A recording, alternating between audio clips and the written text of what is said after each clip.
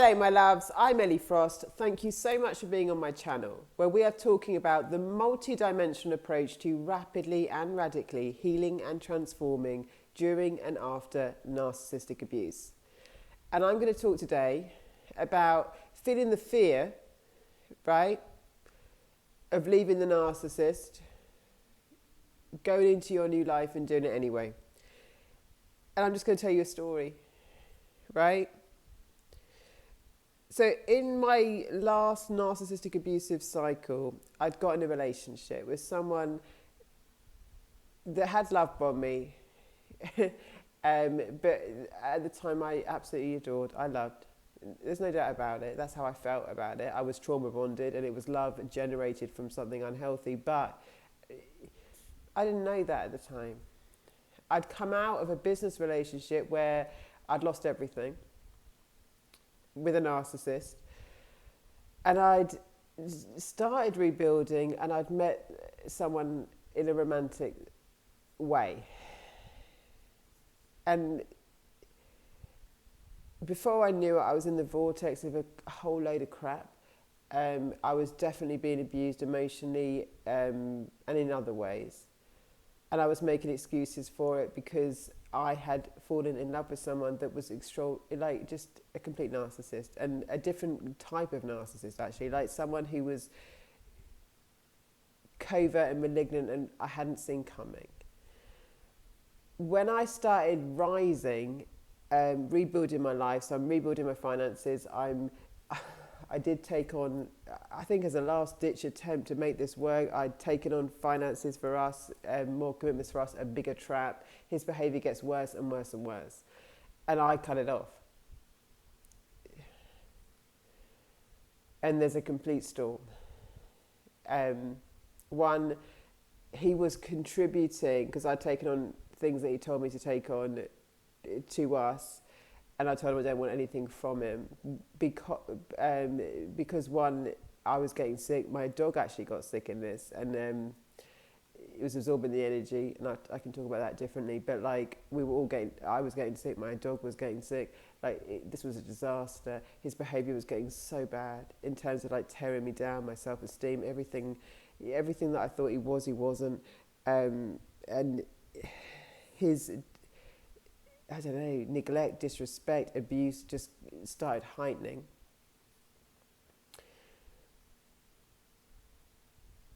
I don't know, like I didn't see coming what was about to come to me, but he was sending like men to my door to threaten me, threaten abusing me, threaten assaulting me. It was really hopeless, like in terms of I was being forced out of a community basically. Flying monkeys, you know what it's like if you've been in these cycles where everything, I don't know, was like kind of coming down on me, and I was being bullied massively. So I was going to have to leave where I lived. I didn't know where to go. I didn't have anywhere to go. I didn't have friends, didn't have any family out, and my whole life was with him. And I was having, at the time, like to throw in the trash everything I built or give it away, all my belongings, everything. I knew I had to leave. I couldn't stay there. I couldn't afford to stay there. And not just that, I was just being lied about and bullied. Like, he got with someone immediately the minute we broke up, and he like put it right in front of my face, paraded it in front of my face. He was trying to torture me, trying to tear me down in every way he could, and it was triggering, you know, like he wanted me to react and look crazy and look, you know, it was just oppressive, and I was kind of a sitting duck for everything they wanted to do to me. So I had to leave, but I wasn't in the financial position, and I was very traumatized. All my PTSD got reignited. I had told him everything that had happened to me in the past cycle, which was a business relationship where I'd lost everything. I'd lost everything with a narcissist, and I'd rebuilt my life, and now he was tearing it apart, basically using everything I'd told him against me. He knew everything that would hurt me the most. He knew every sword I had in my back, and he knew how to twist it and reignite the wound. So I was extremely scared because I couldn't just go somewhere. You know, I didn't, I was being, I don't know how to describe this, like broken down at a level where I didn't even know. I wanted to give up sometimes, but I wasn't going to. But like, I was afraid, and I was being, I'd say, terrorized, honestly, um, by it. And the psychic attack was big, and I didn't know what to do. I couldn't believe it was happening on one level. I was so shocked. I didn't see this coming. I honestly did not see it coming at the time. So I'm in a lot of fear.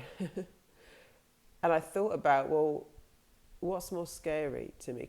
Because I understand fear, right? Fear comes, like, I've done a lot of things that are brave in my life, and whenever you do anything courageous, fear's involved. So what else am I scared of? At the time, driving, right? I just got a car for the first time in many years in this country. That really enraged him. The fact that I could be independent, have my own car, like, he wasn't happy for me. He was always mad. Everything I did that was good for me, I could feel it, you know, and then there'd always be some punishment on the other side of anything that I did to improve my life. But I had got a car. But I'd only been doing local journeys. And there was a place not very far away, about an hour away, in the mountains, high up. But I was scared of going on freeways. And I was scared of driving up hills. I don't know why. I've got a really weird thing about when you drive up hills, like in case the car rolls back. I don't know. I don't understand it. I'm scared of it. So I knew I had to leave my place. I knew I'd have to just give everything I owned away, which I started doing. Everything I rebuilt after the first absolute annihilation with this business partner, where I'd lived in one of the most expensive places. I'm not saying it to be fancy. I'd built something. It all got destroyed. I'd gone into this business partnership. Everything I'd lost. It was so traumatizing.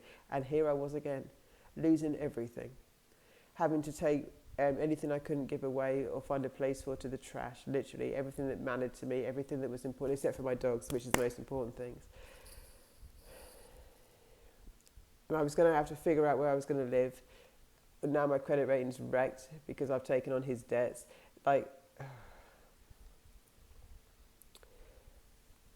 and I'm on a timeline because I've got to get out of this community. It's destroying me, for one. I'm just scared. I'm just scared on every level. I can't think straight. My emotions are high. I can't make a good decision. So one of the things I was most scared of was driving up hills and driving on freeways and that kind of stuff. So I'm like, do something that is outside of this that scares you more. That was my response. I'm not recommending this to you. This is not my recommendation. It's just something that I did. And there was a place in the mountains that I liked. I'd been there once before with someone else, and I wanted to go there. So I just completely got out of my reality in terms of, I knew what I had to do, and I didn't understand how I was going to do it. But I took a week, and I decided to drive up a mountain, 6,000 feet above ground or something, really steep, really windy, like the worst drive of my life. But it scared me more than what was going on in my life. And that's why I did it, because I needed to do something that scared me more to prove myself I could do scary things. Halfway up this mountain, my brake light comes on. My car's 10 years old. It's not like a modern car. I didn't even know what that meant. I've got everything I now own because I've had to clear out my house in this it's a Mini Cooper Sport, right? So it's small, with the most precious things in my life, which is my dogs. I'm now thinking maybe we'll die on this mountain. I honestly thought that, because like, the brake lights come on, so my brake's going to fail. When you're doing mountain drives, your brakes are very important any time, but especially on these steep inclines. I don't have any road assistance. I couldn't afford it at the time. And I had to just keep going up. I was halfway up the mountain, my brake light came on. I was absolutely scared as shit, like completely scared. I didn't know what it meant. My phone signal wasn't working. Even if I had the roadside assistance, I couldn't call anyone. And actually, honestly, in that time of my life, there wasn't anyone for me to call. I've got the most precious things in my life, which is my dogs. And I'm responsible for them, you know? And I'm like, what the heck am I doing? The brake light's on. And I'm scared driving up the mountain because it's windy. It's just my worst noise. Like, why have I done this? But I've come halfway up it, and the only way I can go is up it. I got up it. It didn't change my life in terms of all the problems I had before still existed, all the things I didn't know how to work out, all the ways through I didn't know I'd make. But there was something I did in it, which was like I'd broken out of something that was confining me. I'd done something scarier than I thought my life was. I'd done something that I didn't think I could do. I was showing myself I can do scary things. There were times on that mountain where I don't know if I drove my car. I think God drove my car, because there were times when I was too scared. I think I let God come in and drove my car. I'm not joking when I say that to you. There were times when I wasn't in a fit state to drive my car. I think God drove my car. I was too scared. But I let go and let God in that way. Like, you know, I started seeing something. It didn't solve my problems. I didn't know what the next year would look like. I didn't know how I'd eat. I didn't know how I'd be okay. I didn't know how I'd deal with the terrible PTSD that had just got reignited in my body. That I didn't know at the time. I do know now, but I didn't know then how to cope with, how to deal with, how to make go away. I didn't know how I would get out of this absolute nightmare I was living. And now I'm on top of a mountain. Goodness me, thank goodness I got up. When the brake light came on, I was like, you've done the most stupid thing of your life. You're reckless. You shouldn't have done this. Why did you be this brave? Why did you even think about doing this? This is not the right time. Like, what on earth are you doing? And when I decided to carry on going and drive up the mountain, I let go of all of that rubbish in my head. In terms of like to stop punishing myself, to stop belittling myself, to stop not trusting myself. I started doing what I teach in Sovereign again, like self-partnering, self-focused, self-sourcing. I started trusting myself with that. I don't know why I'm climbing up this mountain, but there's something in it for me. I don't know why I got called to do this, but I know I was. I don't know what we're doing right now or why we're doing it, but there was something inside of me that made me do it, and I know it was right for me. And it's the only thing I know that I was called to do, that I was meant to do, that was actually right. It doesn't make sense. I know that. And at the moment, it looks like it's the worst move of my life. And the brake light came on, and I thought my car was going to fail, and my brakes were going to fail, and I thought maybe we'd die on this fucking mountain where there was no one around, and like honestly, it looked scary. And then I realised I can deal with scary things in some ways, you know what I mean? And then I realised I didn't need to be angry at myself or think I was stupid for doing it, that I could learn something from it.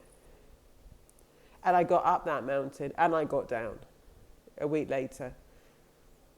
And my life didn't change when I came down. But I'd glitched the matrix. I'd plot twisted something in the universe. I'd said I'm built for more than this. And when the brake light came on and it seemed like I was already doing something so scary, and now my worst nightmare, like now something's gone wrong with the car, like how am I going to do this? Like this isn't what I signed up for. I was already doing something scary. I don't want this, right? I don't want something worse to happen, and I'm still bigger than it. And I still got out of it. And actually I had a nice time up there. I didn't let all my worries ruin the time I was there. It's a really beautiful place. I let myself enjoy it. And I was extremely scared, thinking, am I walking the plank to the end of my life? Because I couldn't see how we'd survive. I honestly couldn't. I couldn't see how we'd get. And I was in so much like devastation from the loss that we just gone through. Again, everything I built, everything I cared about, all the nice things I bought in my house, like pretty. I mean, if you ever seen a Mini, like the trunk in the Mini is like, it's tiny. I had the most important things on the universe to me, which is my dogs. And I had them healthy again, because leaving the narcissist, I got healthy and I helped heal my dog. My dog, also his energy changed and he healed too. He was given 6 months to live. It's years later and he's absolutely fine. I knew how poisonous the situation I was in was, right? And I also knew how scared I was on the other side. The moral of the story is just that when you make a move, it's going to scare you, and things are going to go wrong. It's not going to look like, oh, I just made it to the other side and everything worked right. It doesn't mean you're wrong. It doesn't mean don't trust yourself. And if you can let something bigger than you in, it will get you through things in such a brilliant way, because at the same time as when I got down from that and went through some of the hardest times of my life, I am now living in a completely different reality. And it's not that long ago. I couldn't have put these two things together. Like a different reality. So You're stronger than you think. Trust yourself. I had a choice on that mountain when the brake light came on to call myself an idiot, to berate myself, to say this was the worst mistake of your life, or to trust myself and say, no, you did it for a reason, and it wasn't just to die, right? It wasn't just annihilation. I trust you. I've got you. We can do this. We've got it. I don't know why you did this, but it was a good idea. It was a good idea. You had it. You trusted it. It came from a pure place. I don't know why. It looks like a disaster. It looks like we're going to fail, and we're going to still move. I've got you. We've got each other, like in terms of me and me, like my inner self and my human self. I was just like, no, I'm not going to go down that road of berating myself, making myself wrong. I did choose to do this. There's something in it for me. And if I stop criticizing myself because it looks like it's gone wrong and start learning from what could go right and just being literally glued to my steering wheel, because I was like this. I was gripping, like my nails were like, I'm going to get up this thing. Can I be on the journey of getting to the other side? Can you be on the journey of getting to the other side? You don't know yet, right? When you leave, when you move, when you choose, right? There's going to be a bit in the middle when you're on the mountain and it's hard and something's going to go wrong probably, and you're going to have to choose. You're going to have to choose yourself. You're going to have to choose your decisions. You're going to have to say, I did the right thing for me. I'm not looking for instant gratification of the result. I'm looking for who I become in this process and who I am in the making, and something else when I get to the other side, and I'm okay when this gets hard. If you can be on that journey, you'll get to a point where suddenly things are so different. Like my life now. Like, it's so different. You know, goodness me, if I knew what I was trading, if I could say, well, you give up this place to live, but you'll live here. Oh, I'll have done it in an instant. But there were times in the middle where I was extremely scared for my life. Like, in terms of, like, what would I do? Where would I live? Like, how am I going to do this? Right, I literally would research, like, how you're not even allowed to sleep in your car here, right? And at the time I felt like, God, you know, like, thank goodness I've got a car that I potentially could sleep in, but I mean, how can you do it? Because you're not allowed to. Like, there were things where I was just like fighting for my survival, not knowing how. It didn't matter how. It mattered who I was. And who I was willing to be brave. Who I was willing to let go and let God. Who I was being willing to fucking go for it. Who I was willing to work it out. Who I was weak, tired, depressed, ill, all the problems that I knew I had, and still willing to find something bigger in me. If you can be willing to do it, you'll move. When God says move, you move. When I chose that, I chose it. I chose when God says move, I'll move. And God told me to move in times when I didn't think I could get out of bed. Move, move, move, move. But what? How can I do this sustainably? How can I do this for one more night? It didn't matter. It mattered that I knew the next right step. It mattered that I knew the next right thing to do. It mattered that I trusted myself again. It mattered that I was prepared to play for that. You don't have to know. You're not going to know every step along the way. But if you can trust the next right step, and when it goes wrong, back yourself. Don't go back to believing everything the narcissist or someone else has told you that's wrong with you. Trust yourself.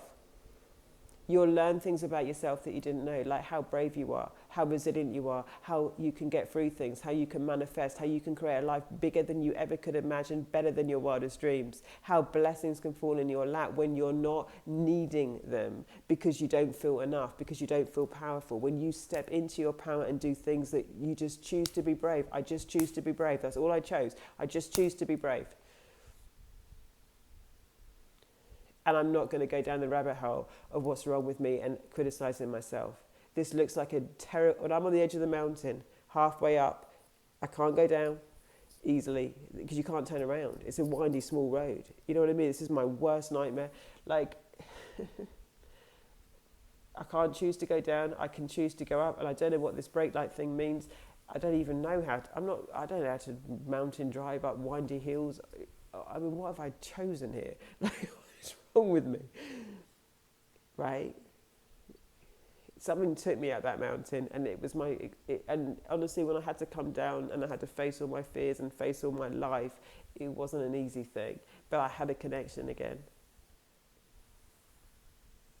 I chose to be brave. I chose to be bigger than my obstacles. I chose to keep going up the mountain. I didn't care anymore what the circumstances were telling me. I was the energy behind how my life goes. I'm not going to come off the edge of this mountain. I'm not going to die here. I'm not going to, nor my dogs. I'm moving to a better life. I don't know what it looks like. I don't know how I'm going to do it, but I am. And I did.